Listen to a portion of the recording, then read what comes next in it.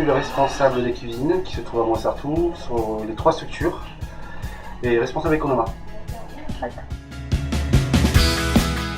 C'est au bio, mais bon, avant ça coûtait cher, mais on en vient de plus en plus au bio. Hein. Et là, d'être passé au bio, c'est très bien pour les enfants même. Oui. Et on commence à s'habituer à revenir à des choses qui étaient au passé. Il y a un suivi qui est plus approfondi. Maintenant, on ne peut plus commander du jour de la veille pour le lendemain. Là, il faut vraiment se préparer et bien calculer. Sur certaines commandes, il faut 15 jours d'avance. Vous voyez le travail qu'il y a à faire. Vous voyez un travail d'avance, il faut tout bien calculer sur toutes les pertes qu'il peut avoir, qui ne viennent pas à manquer, surtout. C'est surtout ça qu'il faut garder le menu du jour tel quel. Et voir ce qui va rester, qu'est-ce qu'on va en faire. Oui. Parce que comme c'est une cuisine à la demande, il va rester toujours des petites barquettes, des choses comme ça. Et vous l'organisez comment? On s'organise comment? On repasse aux adultes dans la semaine. Comme les DLT sont en cours, il faut faire très attention. Et sinon, on les passe pour les centres de loisirs. La semaine de l'ouverture. Mais c'est tout un calcul. Voilà. D'accord. Pour un suivi, 2 fois pour ça que les adultes n'auront pas le même menu que les enfants. Le menu, on évite de changer le menu des enfants.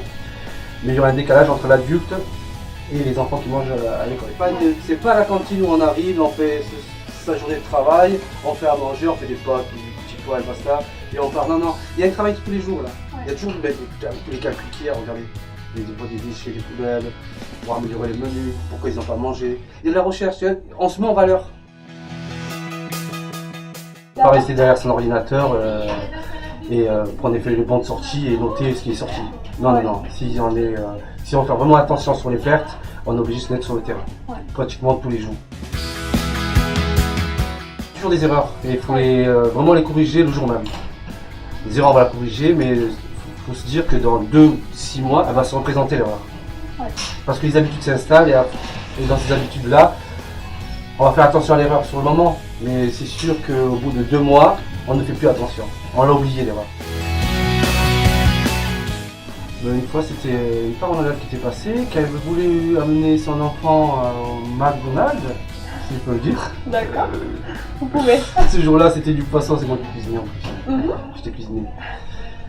Et ben l'enfant ne voulait pas aller manger à McDonald's. Je dis, je trouvais ça bizarre. Je dis, pourquoi c'est du poisson? Mais non, il voulait manger absolument à la cantine, il trouve que c'était bon.